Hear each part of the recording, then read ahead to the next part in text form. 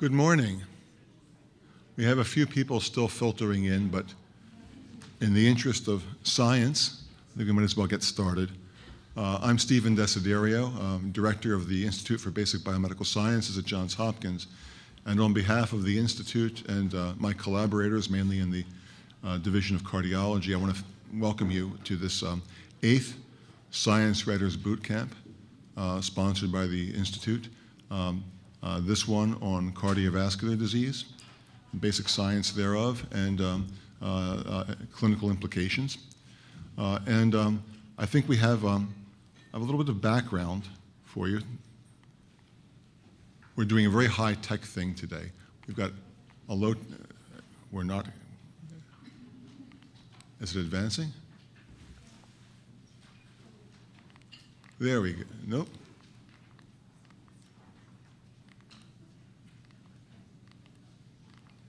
There we go. Most of my colleagues are deathly afraid of speaking to the press, and many in the press avoid basic science like the plague.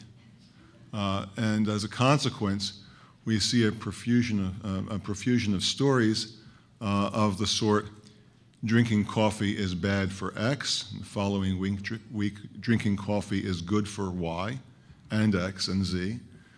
So there's a lot of that, but there is very little either appreciation of basic discovery or connecting the arc that basic discovery and clinical medicine draw.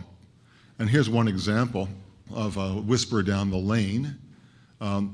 We had a press release a few years ago. Scientists discover algae virus in humans, and some had subtle changes in cognitive function. Now, I would first question whether or not that was an appropriate press release. With subtle changes in cognitive function make it a lot more palatable, right? But then that morphs into researchers discover stupidity virus. A new stupidity virus discovered. Stupid. Daily Mail, of course, went to town on this. And then finally, the correction article in Forbes, scientists did not find a stupidity virus. So we know science can be nuanced, and sometimes the nuance gets lost. It's really challenging with your deadlines to get all of the information you need to file. I know because by an accident of fate, many of my friends in Baltimore and here are journalists, so they sometimes share shop stories with me. Sometimes you just need to spend a little bit of time digging deeper. You don't have that day. And we would like to help you get some of these stories right and provide resources for you as you think of writing on this topic or any of the topics we've done in the past. I should say that all of our topics are topics that were chosen by you, the journalists who attend the boot camps. Now, who are we? Well, Johns Hopkins can be thought of sometimes as this quaint 1876 dome. It's actually 1887 dome, designed by John Shaw Billings, who was the Surgeon General during the Civil War. But in reality, we've got almost 3,000 full-time faculty members. We have 6 hospitals in the academic medical system, 40 community locations, and with our School of Public Health, Johns Hopkins Medical Institutions is the largest recipient of NIH funds in the country. And we are probably the most concentrated source of biomedical expertise in the United States, if not one of the 2 or 3 most concentrated sources of expertise.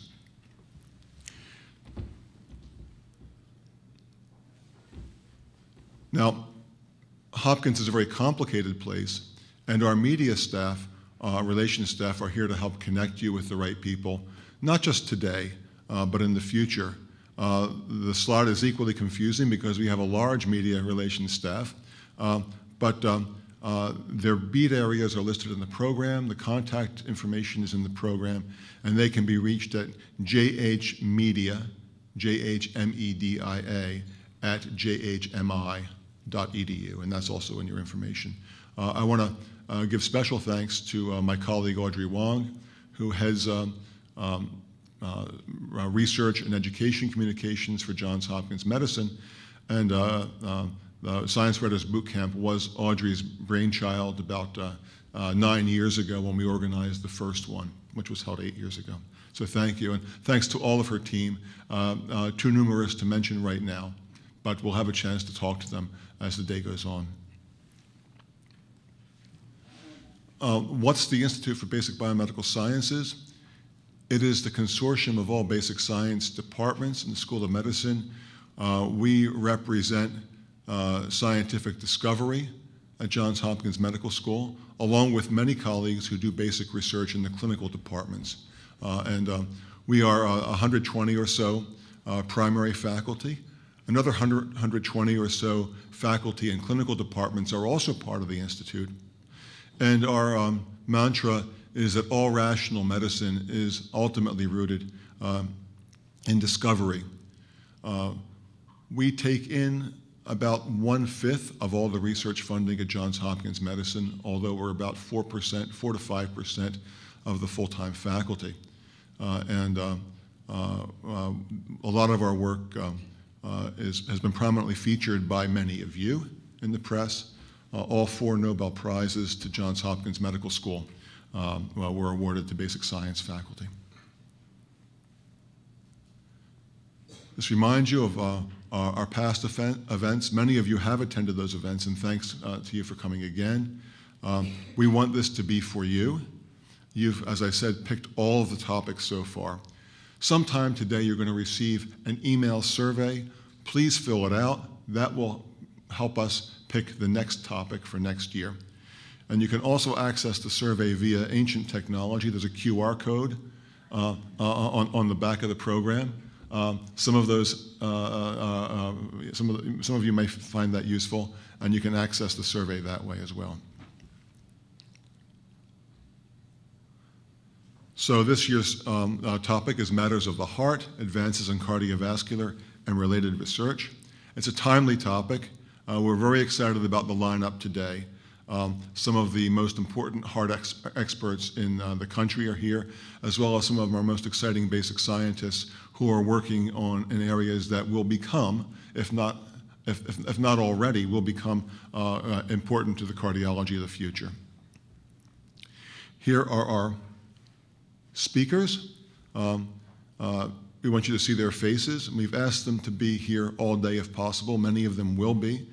And don't feel like you have to wait until they present to talk to them. They're here for you when you'd like to approach them.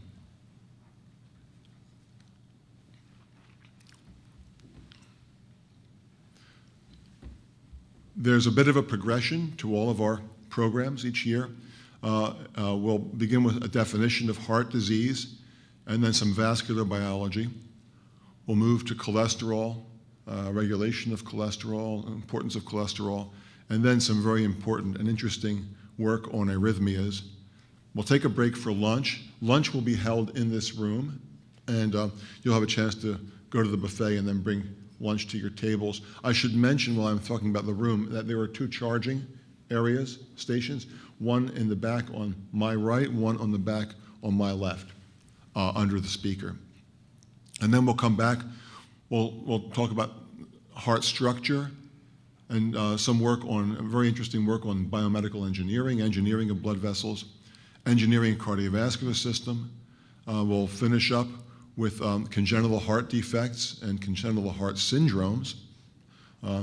Full disclosure, Dr. Crossan, who's going to speak at the end, treated my daughter for a neurogenic heart disorder. She's doing quite well, thanks to Dr. Crossan. And then we'll have a reception. The reception is going to be held in a different room. It's the First Amendment room.